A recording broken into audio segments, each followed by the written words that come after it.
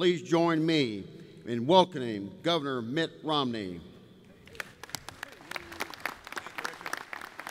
Thank you, Commander. Thank you so much. Okay. Thank you. Welcome again, Governor. Thank you. Thank you so much. Thanks for being here. Thank you. Thank you so much. What a generous introduction, Commander. I appreciate that very much. And congratulations also to your incoming Commander-in-Chief, Richard Denoyer. As you know, he hails from the great state of Massachusetts that I see. There we go, right there. My guess is that, like me, you'll be rooting for the Red Sox this week as they play the Yankees. As always. Absolutely, absolutely. Now, it's a privilege for me to be addressing the veterans who defended our liberty in the past and who defend the memory and dignity of every veteran today. I was born in 1947. I'm a quintessential baby boomer.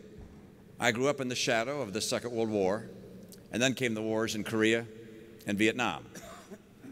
As a boy, I knew that it was American soldiers and sailors and Marines and airmen that had saved us from German fascism and that protected us from Soviet communism. You were our heroes then, and you are today. You know better than most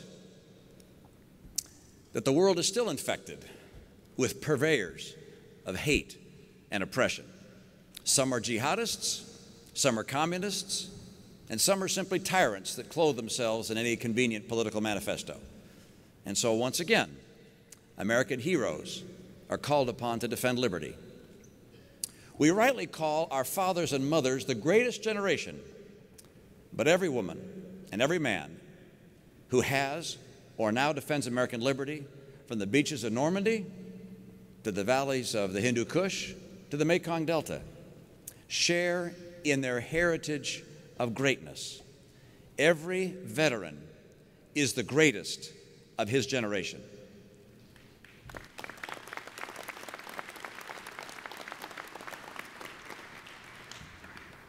The quiet heroes who fought for our country come from the most diverse backgrounds, from farmers to subway riders, PhDs to high school graduates, and from every ethnic background of the American melting pot. But they are united by far more than what divides them. They believe in America. I believe in America. We believe in freedom and opportunity. We believe in the inherent dignity of every human being. We have deep and abiding faith in the goodness and the greatness of America. But today, we're united not only by our faith in America, but also our concern for America. 25 million Americans are out of work or stopped looking for work or have part-time jobs and need full-time employ. Home values have dropped more now than they did during the Great Depression. National debt is now almost as great as our total economy, and we owe a huge chunk of that to China. This can't possibly stand as the legacy we plan to give to the next generation. And the peril of this mismanagement may be even more imminent. We stand near the threshold of profound economic misery. 4 more years on the same political path could prove disastrous. Now, I'm a conservative businessman. I spent most of my life outside politics, dealing with real problems in the real economy. Career politicians got us into this mess, and they simply don't know how to get us out.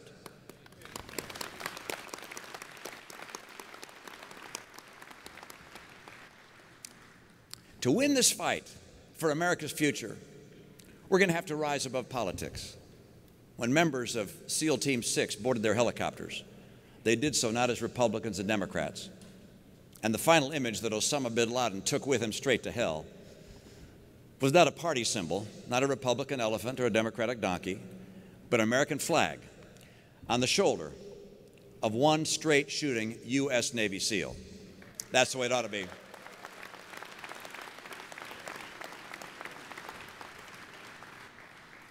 I start with the fundamental conviction that America is the greatest nation in the history of the world and a force for good. And while we're not perfect, I will not apologize for America.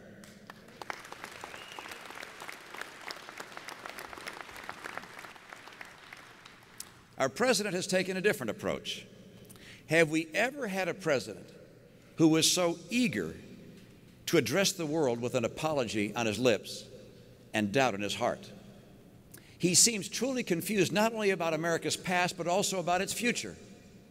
So critical was President Obama of America before the United Nations that Fidel Castro complimented him for his courage and brave gesture.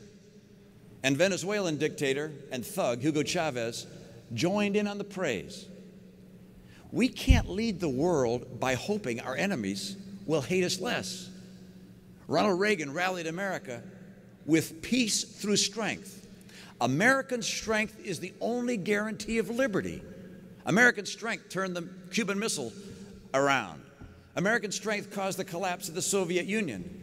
American strength yanked Saddam Hussein out of his spider hole. With freedom as the cause, strength is the only sure defense. Today, President Obama is on a different course.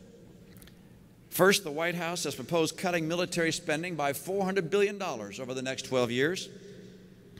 Then the president agreed to a budget process that could entail cutting defense spending by $850 billion. The incoming chairman of the Joint Chiefs of Staff called cuts of that magnitude very high risk. Defense Secretary Panetta has warned that it could have devastating effects on our national defense. And that's coming from someone who works for the president. This is the first time in my memory that massive defense cuts were proposed without any reference to the missions that would be foreclosed and to the risks to our men and women in uniform. Cuts of this magnitude can only be the product of one of two different beliefs. On the one hand is the wishful thinking that the world is becoming a safer place. The opposite's true. Consider simply the jihadists, a turbulent Middle East, an unstable Pakistan, a delusional North Korea, an assertive Russia, and an emerging global power called China. Now, the world isn't becoming safer. And so, on the other hand, it leaves us with the belief that America should become a lesser power.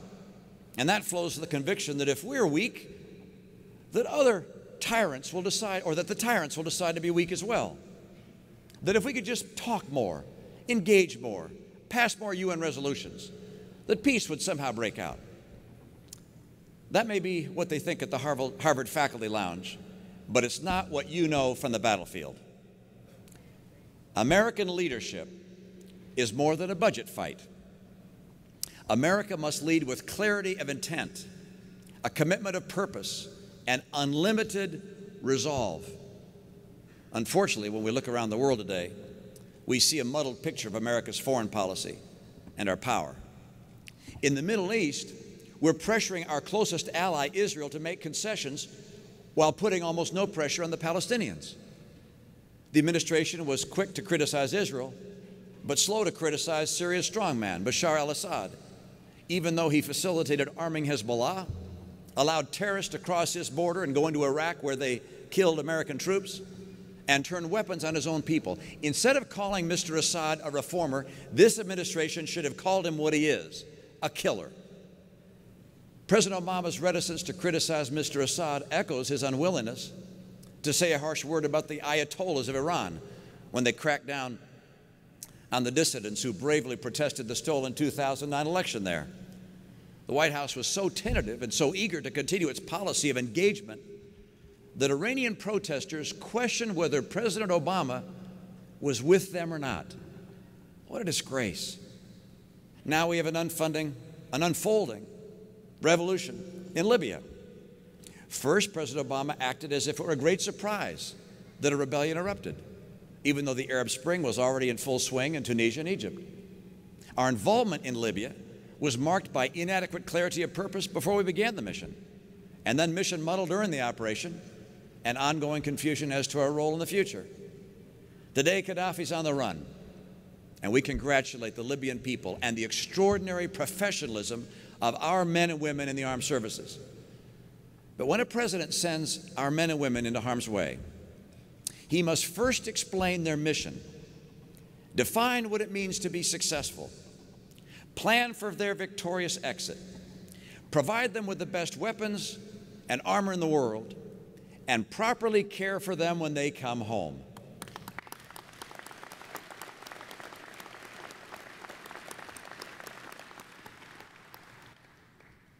Anything less is not befitting a great nation like ours. In Afghanistan, the president has chosen to disregard the counsel of the generals on the ground. I don't know of a single military advisor to President Obama who recommended the withdrawal plan that he's chosen. And that puts the success of our soldiers and our mission at greater risk. Across the globe, China is becoming not only an economic powerhouse, but also a military superpower. Properly calculated, China's military spending is about half our own. Its military buildup should give us some real pause. As America's veterans, you understand better than anyone that weakness invites aggression, and that the best ally peace has ever known is a strong America. But did you know that our Air Force is now older in fleet and smaller than it's been for decades? That our Navy has fewer ships today than it did in World War I or since World War I? The Navy says it needs at least 313 ships to fulfill its missions. Today it has only 284 ships, and it's on track to drop down into the low 200s. And while the output has declined, the bureaucracy at the DOD has increased. There is enormous waste. Let me give you an example that was reported to me by former Secretary of the Navy, John Lehman.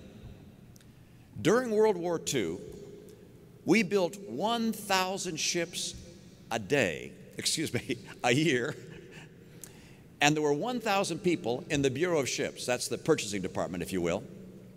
In the 1980s, we built 17 ships per year, and we had 4,000 people in purchasing.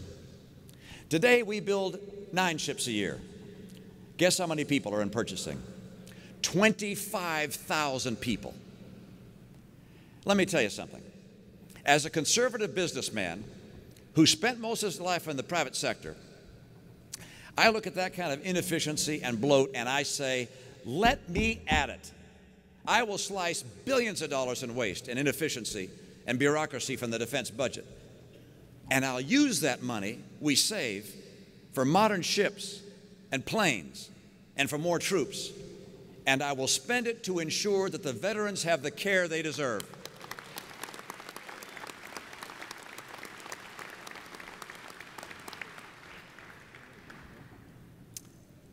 The sacrifices made by our soldiers inspire us. As governor, I had the honor and privilege of visiting our wounded in military hospitals, both here and abroad. I walked room to room and bed to bed and visited with these young heroes. Their courage and determination extends beyond the hospital and the battlefield, even to their homes. Amputees who fought for America then now compete for America in the Paralympic Games. A young father holds his child with prosthetic arms. Others weren't wounded, but they sacrificed in other ways. They missed a birth or birthdays. They endured financial hardship, lost opportunity. As governor, I had the honor of attending a great many funerals and wakes. I met with families, parents, wives and husbands, children. As you know all too well, it is heart-wrenching. I met with our soldiers in the anxious days before a deployment to a dangerous place. I welcomed them home, sometimes in celebration, sometimes in caskets. I remember one day towards the end of my first term as governor, we got a call telling us that a soldier's body was about to be returned to our state from Iraq, was coming in on a U.S. Airways flight. The soldier's family hadn't been able to be notified in time to get to the airport to receive the body. I was asked if I'd go to the airport to receive that body in their stead. Of course, I said yes. We drove to the airport. A police car took me out on the tarmac. The jet came in. People got off the plane. The luggage came down the conveyor. And then finally, the casket came down the conveyor. The state troopers who were there with me immediately saluted. I put my hand over my heart. I happened to glance up at the terminal. Right there in Boston at the U.S. Air terminal, there's a great big glass wall. It seems that the people who were on the airplane noticed all the police cars around it when they came in. So when they got off the plane, instead of going to get their luggage, they lined up against the glass. And then the people that were walking through the airport on the way to their flight saw those people against the glass, so they crowded in behind them. Big crowd had formed there. Every single person I saw had their hand on their heart. And though I couldn't see the tears on their faces through that glass, I could see on those faces their sorrow, their appreciation and gratitude, their admiration for that young soldier. We are a patriotic people. We face extraordinary challenges. The American people always rise to the occasion. They only ask for a leader who will tell them the truth, who will live with integrity, and who will actually lead them in the direction that will preserve this great nation. We've lost a couple of years, but we haven't lost our way. The principles that made America the hope of the earth are the principles that will keep us the shining city on a hill. It's time for us to come together, to carry this message across the country, that we're taking back America, that we're restoring those principles that made America the great nation that it is. Because we believe in America, we're going to keep America strong and worthy of the great sacrifice of America's veterans and those young men and women who put their lives on the line for us even today. This is the greatest nation on earth. God bless them, God bless you, and God bless the United States of America. Thank you.